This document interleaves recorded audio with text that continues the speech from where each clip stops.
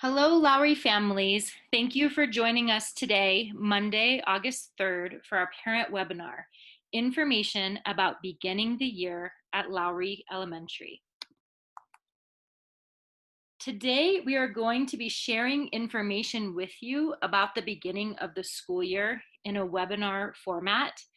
We did this intentionally so that you would have time to digest and think about the information that we share, and to also give you the opportunity to look over the information multiple times at your leisure. On Wednesday, we will be hosting a live question and answer session based on some of the questions that we received from you via a survey link that we're going to share at the end of this presentation today. So for now, sit back, relax, and we're going to take you through the remote learning plan for the beginning of the school year. To start us off, we are going to introduce ourselves. So I just wanted to say hello to all of you. I am Adrienne Nault, the very proud principal at Lowry Elementary.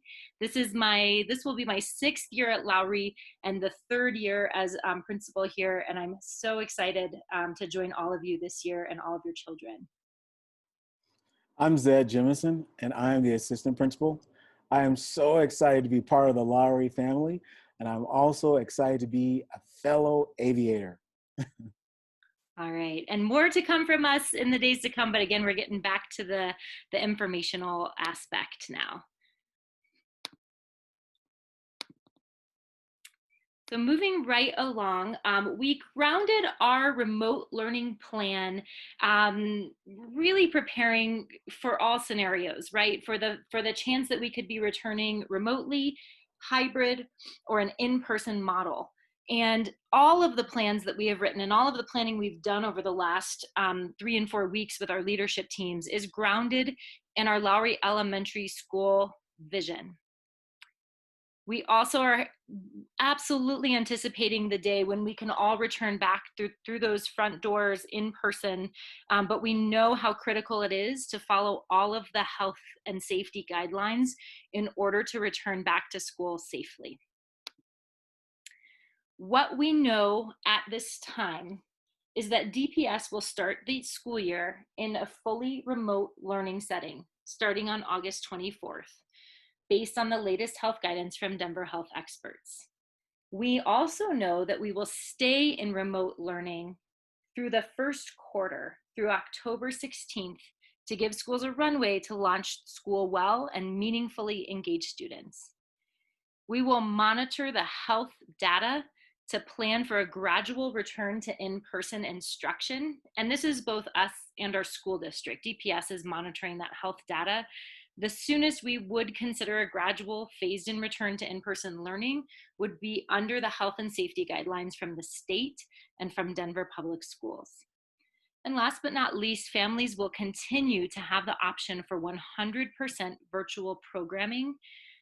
During registration and the annual family update, families will still have the option to choose a virtual program for the entire fall semester.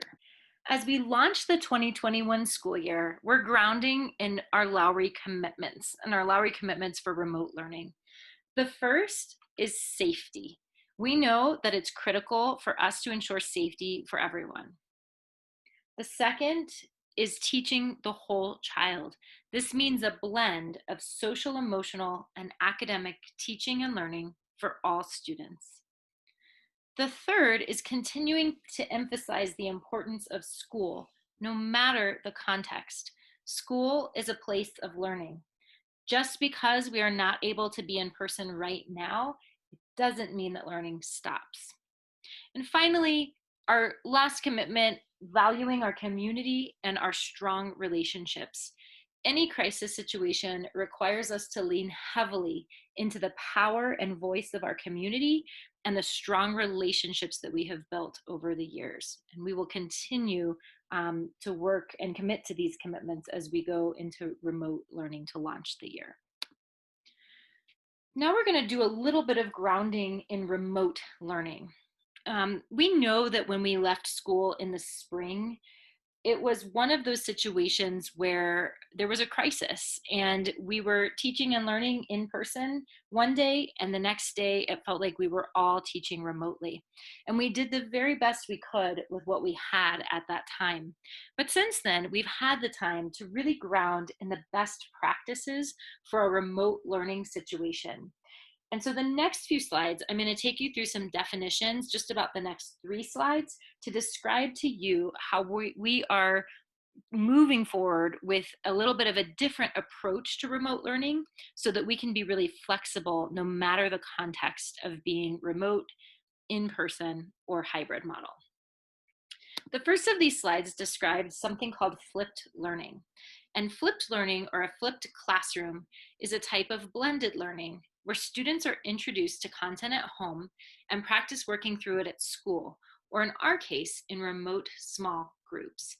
Just to back up a little bit, blended learning just means that there are elements of both in-person and technology-based learning, or potentially at-home learning. And again, we're looking at flipped learning as a model that we're taking some of the best practices from, knowing that flipped learning or a flipped classroom isn't exactly what we're doing in our model. I'd call it inspired by flipped learning. Again, a flipped classroom, the model is the reverse of the more common practice of introducing new content at school and then assigning homework and projects to be completed by students independently at home. And we'll get into the details of how flipped learning works for us in just a moment. The second slide I want to acquaint you with is one describing synchronous and asynchronous learning. Synchronous learning happens at the same time as the teaching. It requires live communication from the teacher and student, and it's less flexible because students have to meet at pre-scheduled times to access the learning. Asynchronous learning, on the other hand, is where students are able to work at their own speed. They can communicate when it's convenient, and there's more freedom and flexibility because they can work beyond scheduled times. An example of asynchronous learning would be a pre-recorded video or webinar, much like what you're experiencing right now, where students are able to access it on their own time, rewind, fast forward, and make sure that they're getting the content as it works best for them. Personalized learning is the third thing that we're grounding in for our remote learning plan. And essentially what we're doing is personalized learning for every child at Lowry. We're doing this by the start of this is by meeting with each of you the week of August 17th, which is a commitment that DPS has made overall. Each homeroom teacher will create a schedule to meet with families by Wednesday, August 12th, to virtually talk through your child's school day. At the time of your meeting on August 17th, we'll be collecting information to create a personalized schedule based on what we are offering as a school and what works best for you and your family. So overall, Lowry's model is one that we're calling both flipped and personalized learning. And overall, school-wide, what we're looking at is a schedule that allows us to have live morning meetings, every homeroom teacher hosting a live morning meeting daily from 8:30 to 9 o'clock on Google Meets.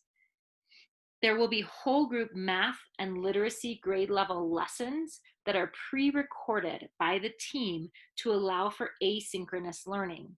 This may mean that math and literacy lessons may be taught by a different teacher than your child's homeroom teacher, because these are pre-recorded lessons and they're available to the entire grade level.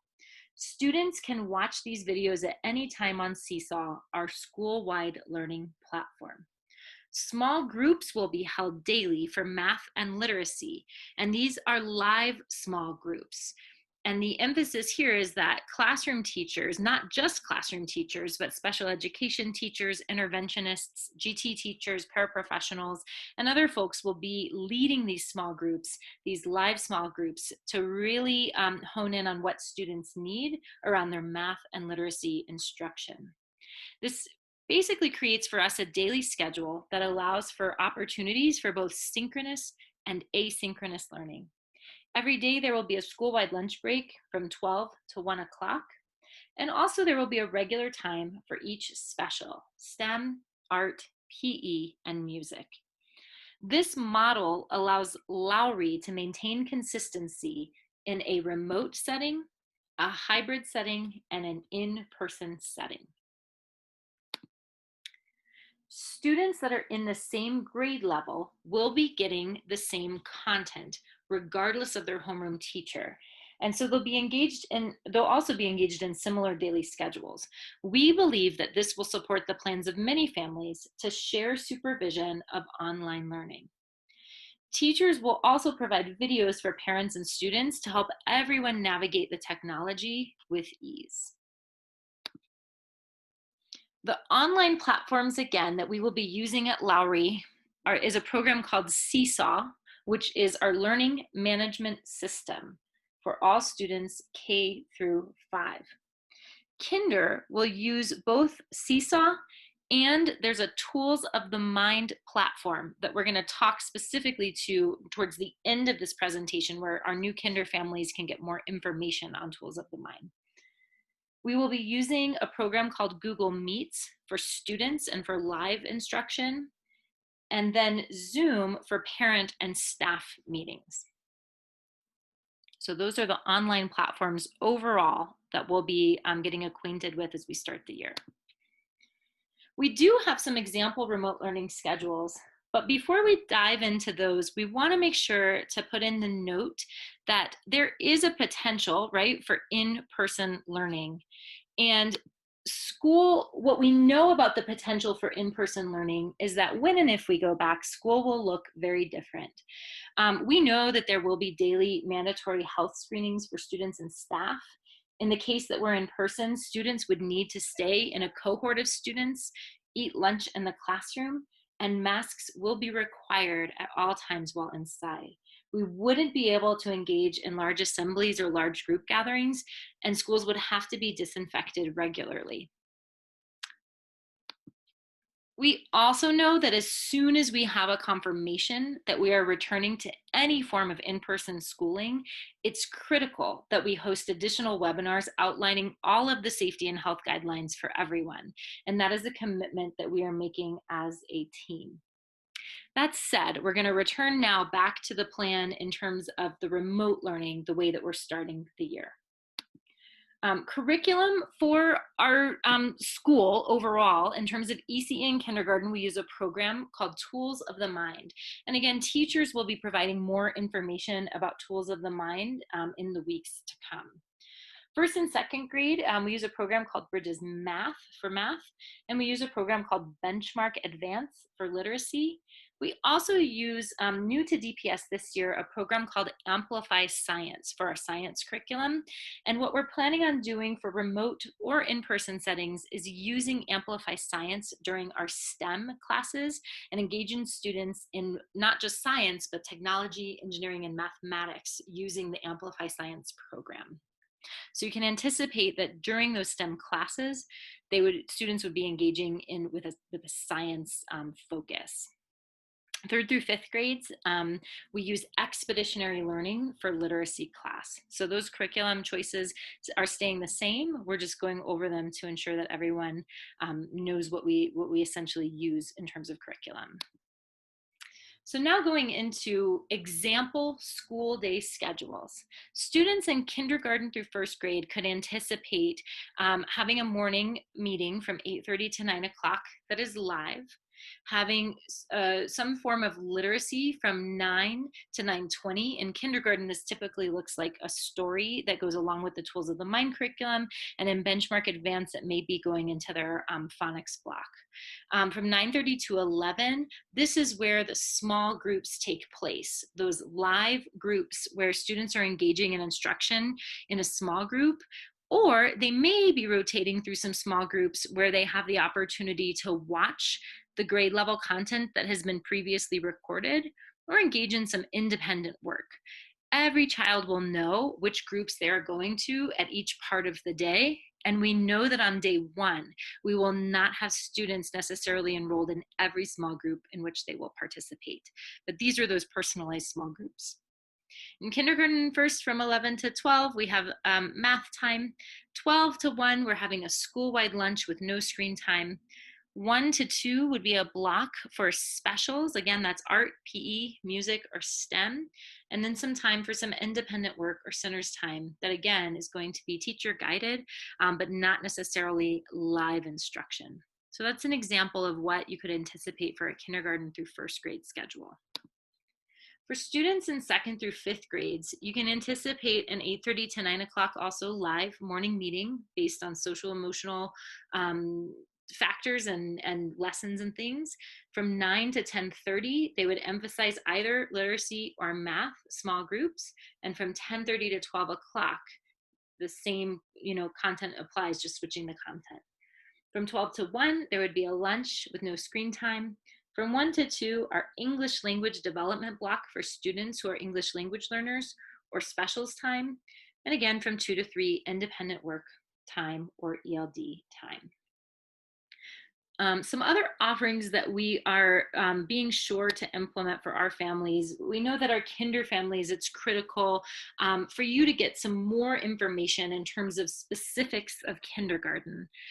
Kindergarten teachers will be releasing a pre-recorded webinar August 10th for all kindergarten families that will provide families with information on what it means to be a kindergartner at Lowry. They will be reaching out to individual families as well to set up a time to remotely meet the week of August 17th. We are providing videos for everyone to learn how to navigate Seesaw, our online learning platform, and we're also going to be setting up times to do some assessments. For new to Lowry families, we're also creating a quick links page. You certainly do not have to be a new to Lowry family to access this, but we're doing this page with our new to Lowry families in mind. Creating a quick links page for all new to Lowry families to give you all access to the information that will help get you started for your first year at Lowry. We are absolutely excited to welcome you and want you to have resources and information at your fingertips. This link will be coming out next week. And finally, today, after today's webinar, we are sending out a survey link for parents in case there are lingering questions. And we know there will be more questions than what we were able to cover in this time today. The link is in the one pager that's associated with this webinar. As we send out this link, we're also sending out written version of this information. Wednesday morning, August 5th, from 9 to 10, Dr. Jemison and myself will be engaged in a Q&A session with parents, and we'll be leading that for you. We're going to begin with themed answers from the questions that you pose from this survey link. And then we will open it up for live question and answers for the remaining time until 10 o'clock that morning. Again, we'll be publishing and making available to you the frequently asked questions page so that just in case you're not able to make the Q&A time, you are able to access the answers to those questions. And with that, we just want to say thank you again for attending this webinar today, getting this information. Please feel free to start reaching out via that survey link. We are starting to compile the questions to the Q&A pieces that we have coming in. I will say last but not least, we are planning on announcing or putting out those homeroom class assignments as soon as late this week. So you can anticipate getting those assignments, homeroom assignments to you soon. But certainly that week of August 10th, when teachers start reaching out to families to set up one-on-one times, you will definitely know who your homeroom teachers are.